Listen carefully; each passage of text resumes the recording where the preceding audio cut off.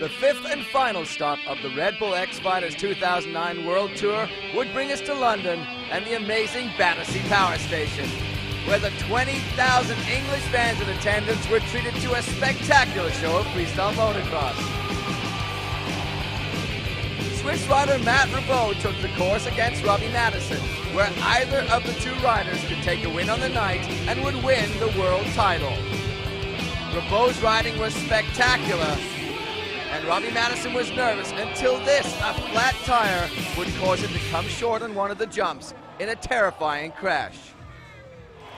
But Ribot would get up and leave on his own 2 feet to get some medical treatment, which left Madison to advance through the semi-final against Nate Adams, one of the other riders who was in contention for the world title that night.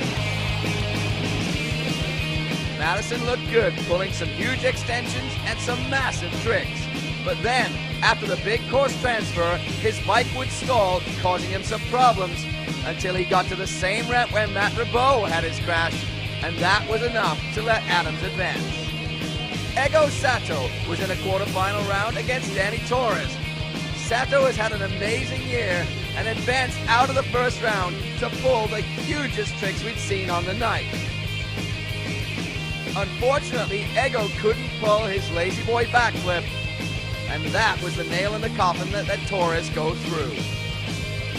Brandon Hartley, the 17-year-old from New Zealand, showed just how much fun you can have in an F1 car. Up against the other 17-year-old Kiwi was Danny Torres against Levi Sherwood in the semifinals. Torres had had a fantastic week in London and was pulling out some amazing riding and incredibly extended tricks. Take a look at this. The Twitch Indian Air to Saran Wrap whipped out an unbelievable trick. But even tricks like this, the turn down, were not enough to take Torres through, and Levi Sherwood would advance through to the finals. Levi Sherwood is the rubber band kid. He has incredible extension and unbelievable flexibility. But maybe the only knock against Sherwood in his 2-minute finals run was that he pulled too many tricks that were too similar. But Sherwood was claiming it in front of the crowd, hoping to take Adams down. With the win against Robbie Madison in the semifinals, Nate Adams had already claimed the World Series.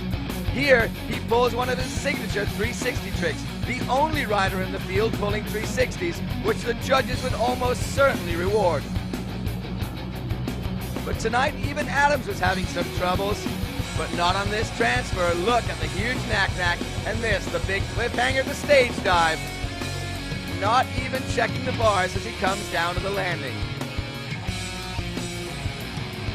Adams was a little bit concerned, so it was down to our 5 judges to make the decision.